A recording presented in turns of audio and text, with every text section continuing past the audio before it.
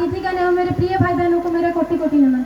मेरा नाम सलोनी कुमारी है और मैं स्वामी विवेकानंद विद्यालय की छात्रा हूँ। और मैं आज आप सबकी समझ बहुत ही चर्चित विषय बलात्कार यानी कि रेप पर भाषण देने जा रही हूँ। मेरे इस भाषण में बहुत सी त्रुटियां होंगी, मुझे अबोध बालिका समझकर क्षमा कीजिएगा। देश विदेश की बात तो छोड़िए, हाल में हमारे छठ डुमरिया के कोल्लू पार की प्रियंका कुमारी और बागपुर की 15 वर्षीय नीलम कुमारी के साथ बलात्कार हुआ। आखिर इन बेचारियों को क्या कसूर था, मैं आप सबों से पूछना चाहती हूँ। अंधेरी रात में निकली थी तभी तो नोचा था दरिंदों ने, कि अंधेरी रात में निकली थी तभी तो नोचा था दरिंदों ने, पर ये घटना दोपहर की थी, अब बताओ क्या करें। और बाप ने लगा ली फांसी वकील का बयान सुनकर, बाप ने लगा ली फांसी वकील का बयान सुनकर, तुम्हारी लड़की ने पहल की थी, अब बताओ क्या करें। जनाब वो कहते हैं कि लड़कियां रात में बाहर निकलती हैं तो ही रेप होता है। जनाब वो कहते हैं कि लड़कियां छोटे कपड़े पहनकर सरेआम चलती है तो ही रेप होता है। एक माँ भी दर्द से बिलक बोल उठी, अरे कि एक माँ भी दर्द से बिलक बोल उठी कि अब 5 साल की बच्ची को साड़ी पहनना कैसे सिखलाऊं, साड़ी पहनना कैसे सिखलाऊं।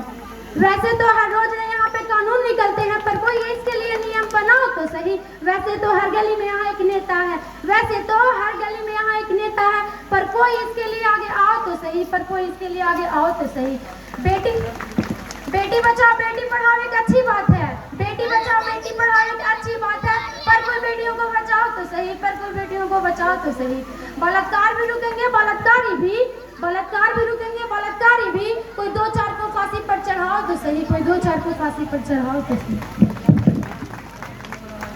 हर गली हर चौराहे पर बेटियां लाचार हैं, हर गली हर चौराहे पर बेटियां लाचार हैं। कहाँ मर गए वो लोग जो कहते थे कि हम भी चौकीदार हैं, हम भी चौकीदार हैं।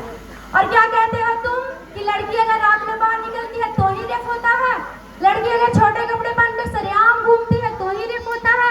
तो मेरी बात ध्यान से सुनना, तो बाहर निकलने की क्या जरूरत जब घर में ही 8 महीने की बच्ची का बलात्कार हो सकता है। और किसी बाहर वाले की क्या जरूरत जब उसका रिश्तेदार ही गुनहगार हो सकता है, उसका रिश्तेदार ही गुनहगार हो सकता है।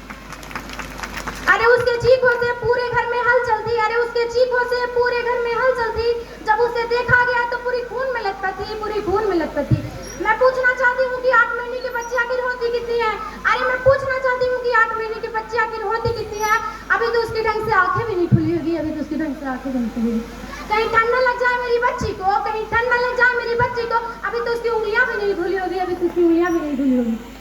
पर आप खुलने से पहले ही तुमने उसे सुला दिया। जिस देवी को दूध से नहलाना था उसे खून से नहला दिया। अरे उसे देख तो उस दिन उसकी आंख गिर गई थी, उस दिन सिर्फ एक बेटी नहीं पूरी इंसानियत मर गई थी, पूरी इंसानियत मर गई थी।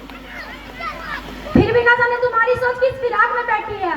शायद तुम भूल जाते हो कि एक जवान बेटी तुम्हारे घर में बैठी है।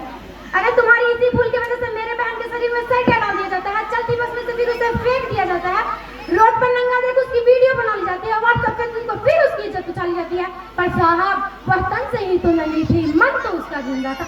एक चुन्नी तक नहीं उड़ाई गई, मर्द सब उस दिन अपने आप में शर्मिंदा था, अपने आप में शर्मिंदा था।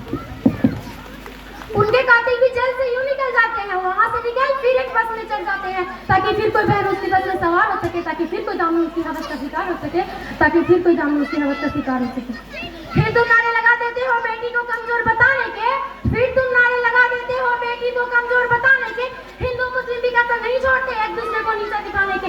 बेटी बचाओ बेटी पढ़ाओ, मुसलमानों भारत छोड़ो, अरे तुम करते रहो अपना काम एक दूसरे को भला बुरा कहने में। और मैं बिल्कुल नहीं घबराऊंगी ये कहने में कि ज्यादा वक्त नहीं है तुम्हारी बहन बेटियों का भी खून बहने में, तुम्हारी बहन बेटियों का भी खून बहने में। अरे ये सब सोच कौन बाप चाहेगा कि उसके घर में भी एक बेटी हो जो उसकी गोद में उसकी छाती से लगी बैठी हो। पर अब और नहीं है, पर अब और नहीं है, अब आदमी को रोकना होगा, आतंकवाद से पहले इन जंगलियों को रोकना होगा। अब नारे नहीं लगाने, इंसाफ की आवाज नहीं जगानी इस बिकी हुई सरकार से। अब तो खुद ही सब्र की सीमा लानी होगी, ऐसे जानवरों में अब खुद ही गोली मारनी होगी, अब खुद ही गोली मारनी होगी। Please no rape, please no rape, please rape मत करो।